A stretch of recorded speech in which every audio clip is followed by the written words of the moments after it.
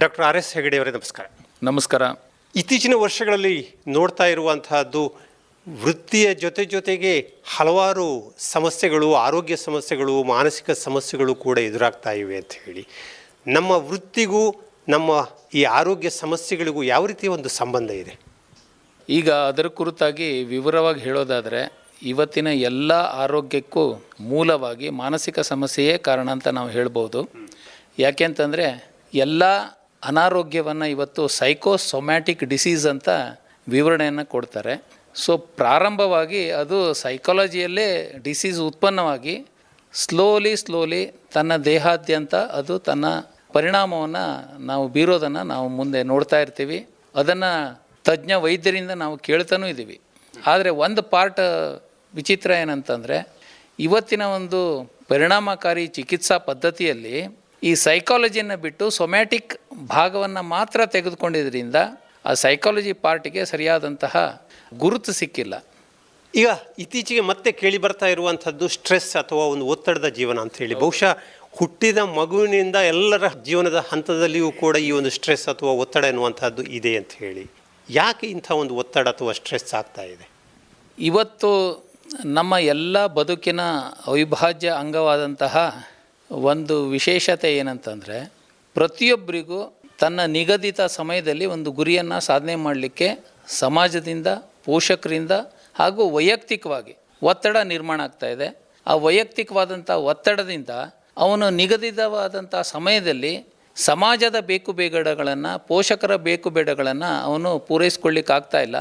ಹೀಗಾಗಿ ಅವನಿಗೆ ಕೊಟ್ಟಂತಹ ಗುರಿಯನ್ನು ಅಥವಾ ಅವನು ಹಾಕ್ಕೊಂಡಂತಹ ಗುರಿಯನ್ನು ತಲುಪಲಿಕ್ಕೆ ಅವನಿಗೆ ತುಂಬ ವೇದನಾಪೂರ್ವಕವಾದಂಥ ಸ್ಟ್ರೆಸ್ ಉಂಟಾಗ್ತಾ ಇರೋದ್ರಿಂದ ಅದೇ ಮುಖ್ಯವಾದಂಥ ಕಾರಣ ಅಂತ ನಾನು ಹೇಳಬಲ್ಲೆ. ಈಗ ಬೇರೆ ಬೇರೆ ರೀತಿಯ ವ್ಯಾಯಾಮಗಳನ್ನು ಮಾಡಬೇಕು ಅಂತ ಹೇಳ್ತೀವಿ. ಅದು ಜಾಗಿಂಗ್ ಆಗ್ಬೋದು, ಅಥವಾ ಒಂದು ಸೈಕ್ಲಿಂಗ್ ಆಗ್ಬೋದು, ಅಥವಾ ಸ್ವಿಮ್ಮಿಂಗ್ ಆಗ್ಬೋದು, ಬೇರೆ ಬೇರೆ ರೀತಿ, ಅಥವಾ ಬೇರೆ ಬೇರೆ ಕ್ರೀಡೆಗಳಾಗ್ಬೋದು. ಇದರಲ್ಲಿ ತೊಡಗಿಸಿಕೊಳ್ಳುವುದಕ್ಕೂ ವ್ಯಾಯಾಮ ಯೋಗಾಸನದ ರೂಪದಲ್ಲಿ ಇರುವುದಕ್ಕೂ ಏನು ವ್ಯತ್ಯಾಸ ಇದೆ? ಎಲ್ಲ ವ್ಯಾಯಾಮಗಳು ಯೋಗಾಸನದ ಒಂದು ರೀತಿಯ ಪದ್ಧತಿ ಅಂತಲೇ ನಾವು ವಿವರಣೆ ಕೊಡ್ಬೋದು, ಅಥವಾ ಒಂದು ರೀತಿಯ ಅದು ಎಕ್ಸ್ಪ್ರೆಷನ್ ಅಂತಲೇ ಹೇಳ್ಬೋದು. ಸೊ ಯೋಗಾಸನವನ್ನು ವಿಶೇಷವಾಗಿ ಏನಕ್ಕೆ ಅದನ್ನು ನಿರ್ಮಾಣ ಮಾಡಿದ್ದಾರೆ ಅಂತಂದರೆ, ಹಿಂದಿನ ಕಾಲದ ಋಷಿಗಳಾಗಲಿ ಆ ರೀತಿಯ ಪದ್ಧತಿಗಳನ್ನು ಅಳವಡಿಸ್ಕೊಂಡು ಬಂದವರಾಗಲಿ ಯೋಗವನ್ನು ಕೇವಲ ದೇಹಕ್ಕೆ ಸೀಮಿತವಾಗಿ ಮಾಡಿಕೊಂಡಿಲ್ಲ. ಯೋಗ ಮನಸ್ಸು ಆತ್ಮ ಅದಕ್ಕೊಂದು ಕೇಂದ್ರೀಕೃತವಾದಂಥ ವ್ಯವಸ್ಥೆನ ಇಟ್ಟುಕೊಂಡು, ಆ ಕೇಂದ್ರೀಕೃತವಾದಂಥ ವ್ಯವಸ್ಥೆಯ ಸುತ್ತಲೂ ಅವ್ರೇನು ಮಾಡಿದ್ದಾರೆ ಅಂತಂದ್ರೆ, ಆತ್ಮಕ್ಕೆ ಒಂದು ಅಂತಿಮವಾದಂತಹ ಗುರಿ ತಲುಪಲಿಕ್ಕೆ ಯಾವುದಾವುದು ಸಹಾಯ ಮಾಡ್ತದೆ ಅದನ್ನು ಯೋಗಾಸನ ರೂಪದಲ್ಲಿ ಅದನ್ನು ತೊಗೊಂಡಿದ್ದಾರೆ. ವ್ಯಾಯಾಮಕ್ಕೆ ಆ ರೀತಿಯಾದಂತಹ ಗುರಿ ಇಲ್ಲ, ಅದು ದೇಹಕ್ಕೆ ಒಂದು ಸೀಮಿತವಾದಂಥ ಒಂದು ಪರಿಣಾಮವನ್ನು ಕೊಡೋದಕ್ಕೆ ವ್ಯಾಯಾಮವನ್ನು ಇಟ್ಕೊಂಡಿದ್ದಾರೆ. ಹೀಗಾಗಿ ಯೋಗಾಸನ ಮತ್ತು ವ್ಯಾಯಾಮದಲ್ಲಿ ಈ ರೀತಿಯಾದಂತಹ ನಿಷ್ಕರ್ಷವಾದಂತಹ ಒಂದು ವ್ಯತ್ಯಾಸವನ್ನು ನಾವು ನೋಡ್ಬೋದು. ಆಮೇಲೆ ಈಗ ಈ ಧ್ಯಾನ ಎನ್ನುವಂಥದ್ದು, ಇದರ ಒಂದು ಧ್ಯಾನ ಅಂದರೆ ಏನು ಮತ್ತು ಅದರ ಒಂದು ಮಹತ್ವ ಏನು? ಮೊಟ್ಟ ಮೊದಲನಿಗೆ ಧ್ಯಾನ ಅಂತಂದರೆ ಏನು ಅಂತಂದರೆ, ಪತಂಜಲಿ ಮಹರ್ಷಿಗಳು ಹೇಳಿದಂತೆಯೇ ಧ್ಯಾನ ಅಂದರೆ ಕೇವಲ ಒಂದೇ ವಿಷಯದ ಮೇಲೆ, ಒಂದೇ ವಸ್ತುವಿನ ಮೇಲೆ ಮನಸ್ಸನ್ನು ಸ್ಥಿರಗೊಳಿಸುವುದು ಫಸ್ಟ್. ಸೊ ಯಾವಾಗ ಒಂದು ಮನಸ್ಸು ತನ್ನ ಚಂಚಲತೆಯನ್ನು ಹೊರತಾಗಿ ಒಂದು ವಸ್ತುವಿನ ಮೇಲೆ ಅಥವಾ ಒಂದು ವಿಷಯದ ಮೇಲೆ ಅದು ಸ್ಥಿರಗೊಳಿಸ್ತಿದೆ, ಆ ವಸ್ತುವಿನ ಅಥವಾ ಆ ಒಂದು ವಿಷಯದ ಜ್ಞಾನವನ್ನು ಅವನಿಗೆ ಕೊಡ್ತದೆ. ಯಾವುದೇ ರೀತಿ ಚಂಚಲತೆ ಇರೋದರಿಂದ ಅವನಿಗೆ ಮಾನಸಿಕವಾಗಿ ತುಮುಲ ಇಲ್ಲದೆ ಇರೋದ್ರಿಂದ ಮನಸ್ಸು ಅತ್ಯಂತ ವಿಶ್ರಾಮದಾಯಕವಾಗಿ ತನ್ನ ಕೆಲಸವನ್ನು, ತನ್ನ ಒಂದು ಕಾರ್ಯನಿರ್ವಹಣೆಯನ್ನು ಮಾಡ್ತದೆ. ಆಮೇಲೆ ಈಗ ಧ್ಯಾನ ಎನ್ನುವಂಥದ್ದು ಮಾಡುವ ವಿಧಾನದ ಬಗ್ಗೆ ಸ್ವಲ್ಪ ಆಮೇಲೆ ಬರುವ.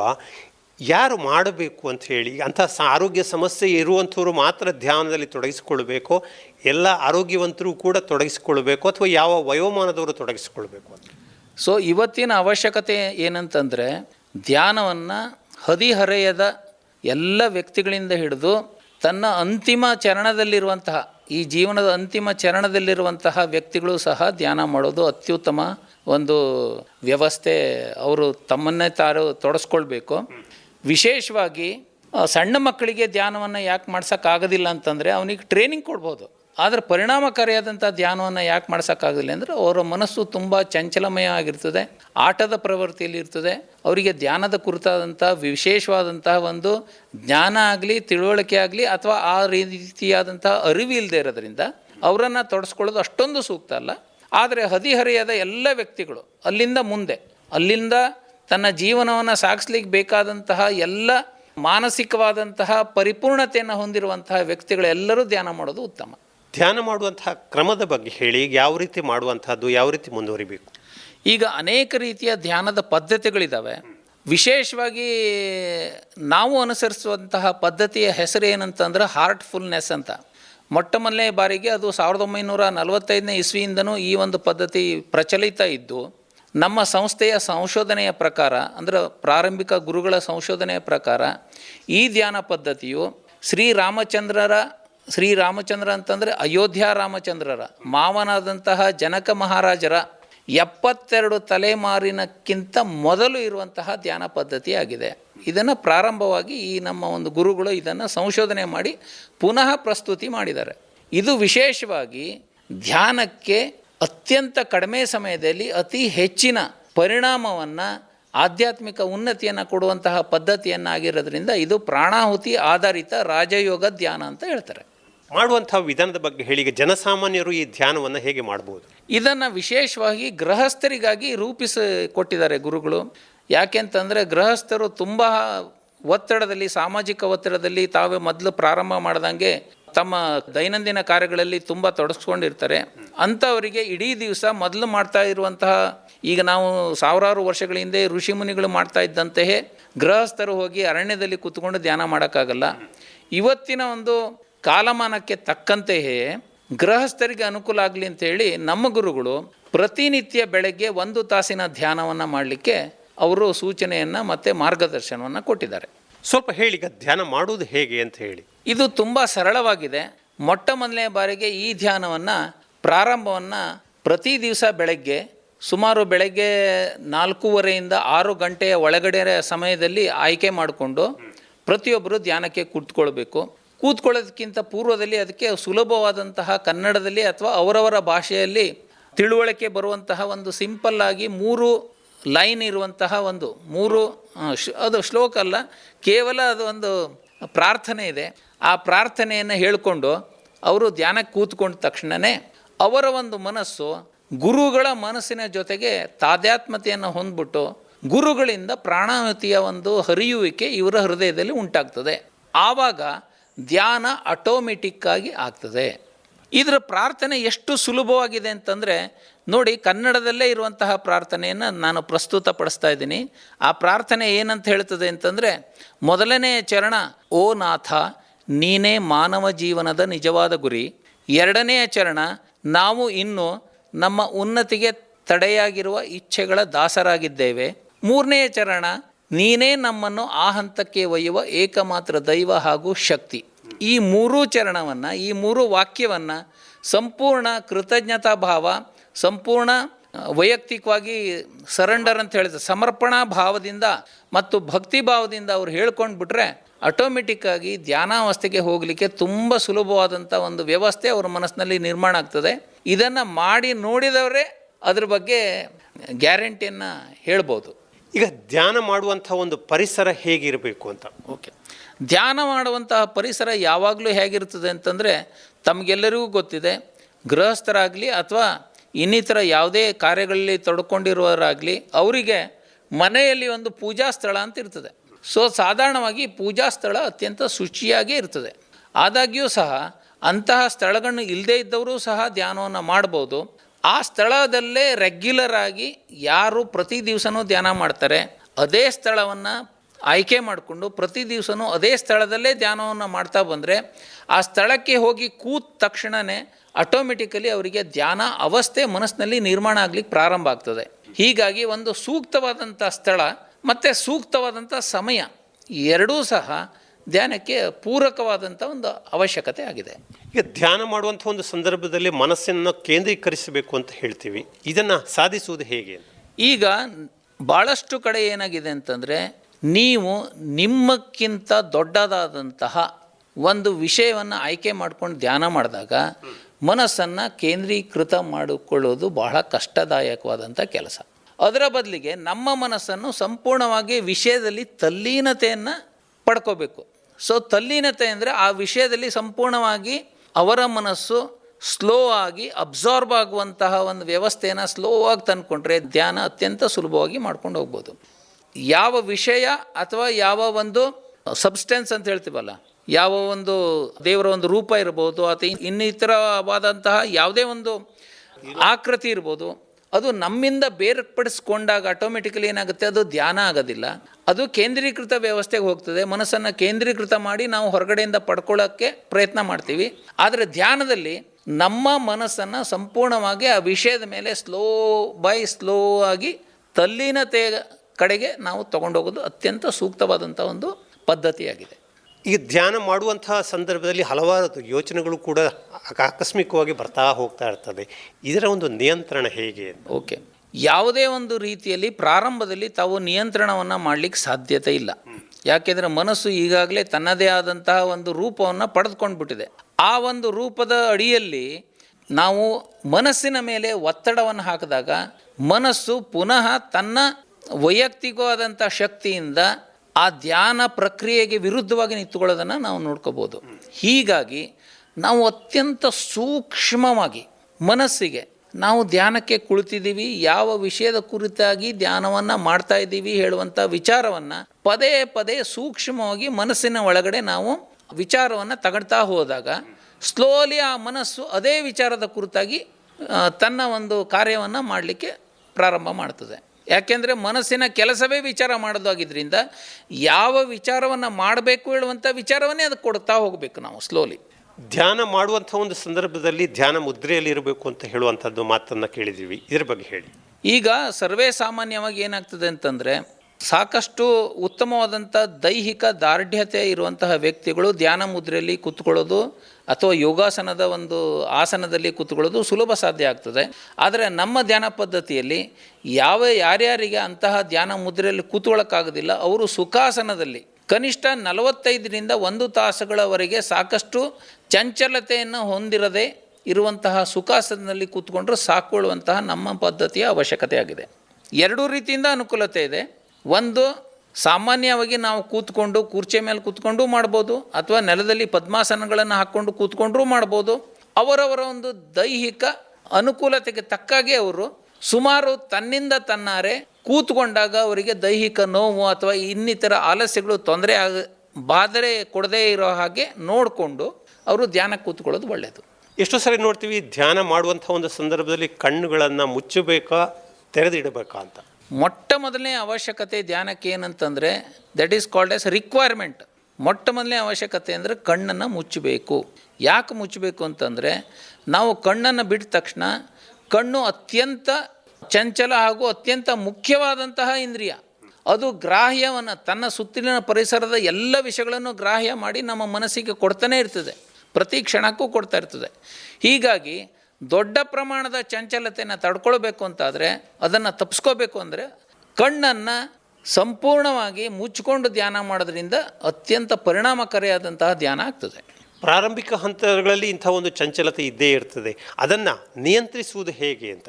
ನಮ್ಮ ಧ್ಯಾನದಲ್ಲಿ ಪ್ರಾಣಾಹುತಿ ಏನು ಗುರುಗಳ ಹೃದಯದಿಂದ ಬರ್ತದೆ, ಅದು ಆಟೋಮೆಟಿಕ್ಕಾಗಿ ಅವನ ಧ್ಯಾನಕ್ಕೆ, ಅವನ ಒಂದು ಮಾನಸಿಕ ಓಗಕ್ಕೆ ತನ್ನಿಂದ ತಾನಾರೇ ಒಂದು ಚಾನಲನ್ನು ನಿರ್ಮಾಣ ಮಾಡ್ತದೆ.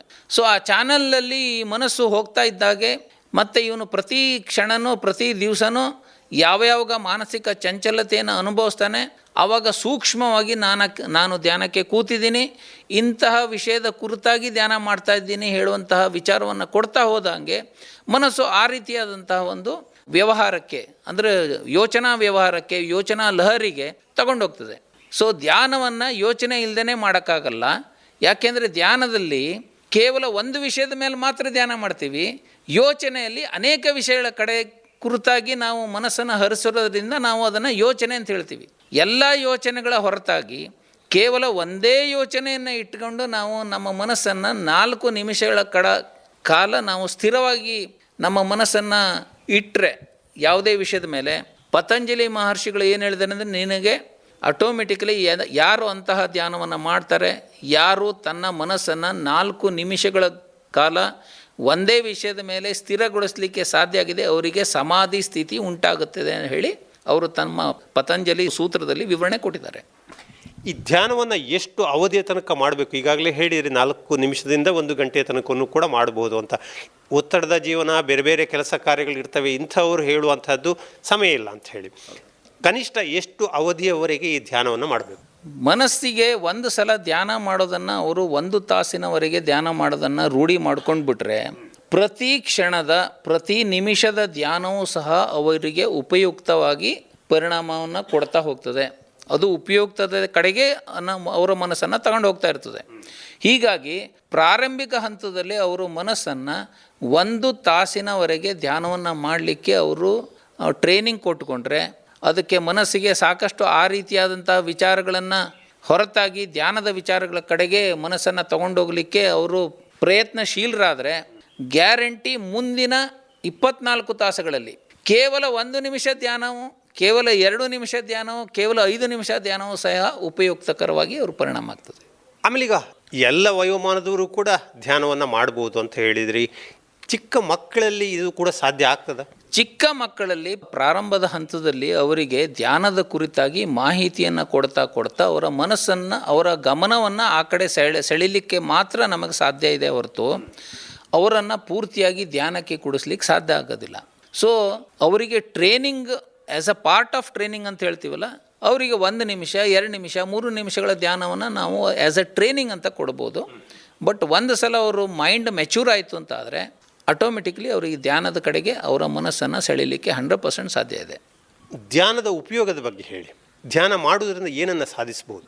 ಈಗ ಧ್ಯಾನಕ್ಕೆ ಮೊದಲನೆಯ ಶಕ್ತಿ ಏನಂತಂದರೆ, ಅವನ ಮನಸ್ಸಿನಿಂದ ಏನು ಧ್ಯಾನ ಮಾಡ್ತದೆ, ಅವನ ಮನಸ್ಸು 2 ಮುಖವಾಗಿ ಅದು ತನ್ನ ಕೆಲಸವನ್ನು ಪ್ರಾರಂಭ ಮಾಡ್ತದೆ. ಒಂದು ಮುಖ ಅವನ ಆತ್ಮದ ಕಡೆಗೆ, ಒಂದು ಮುಖ ಅವನ ಬಾಹ್ಯದ ಕಡೆಗೆ ಅದು ಚಲಿಸ್ಲಿಕ್ಕೆ ಪ್ರಾರಂಭ ಮಾಡ್ತದೆ. ಯಾವಾಗ ಧ್ಯಾನದ ಮುಖಾಂತರ ಅವನ ಆತ್ಮದ ಮುಖದ ಕಡೆಗೆ ಅವನ ಮನಸ್ಸು ಹರಿತಿದೆಯೋ, ಅಂಥ ಹರಿದಿರುವ ಮನಸ್ಸು ಅವನ ಆತ್ಮಶಕ್ತಿಯನ್ನು ಪಡೆದುಕೊಂಡು ತನ್ನ ಎಲ್ಲ ಕೆಲಸಗಳಲ್ಲಿ ಅವನ ಆತ್ಮಸ್ಥೈರ್ಯವನ್ನು ಹೆಚ್ಚಿಗೆ ಮಾಡ್ತಾ ಹೋಗ್ತದೆ. ಅವನ ಎಲ್ಲ ಕೆಲಸಗಳು ಸಹ ಆತ್ಮದ ಶಕ್ತಿಯಿಂದ ಕಂಟ್ರೋಲ್ ಮಾಡೋದ್ರಿಂದ, ತಮಗೆಲ್ಲರಿಗೂ ಗೊತ್ತಿರೋ ಹಾಗೆ ಯೋಗ ಕರ್ಮಸು ಕೌಶಲಂ ಹೇಳುವಂತಹ ಒಂದು ವ್ಯಾಖ್ಯೆಯನ್ನೇ ನಮ್ಮ ಋಷಿ ಮುನಿಗಳು ಹೇಳಿದ್ದಾರೆ. ಅದರ ಮೂಲ ಅರ್ಥ ಏನಂತಂದರೆ, ಯಾರು ತನ್ನ ಆತ್ಮಶಕ್ತಿಯಿಂದ ಯಾವ ಕೆಲಸವನ್ನು ಮಾಡ್ತದೆ ಅದು ಸಂಪೂರ್ಣವಾಗಿ ಸಿದ್ಧಿ ಆಗ್ತದೆ ಅಂತ ಅರ್ಥ.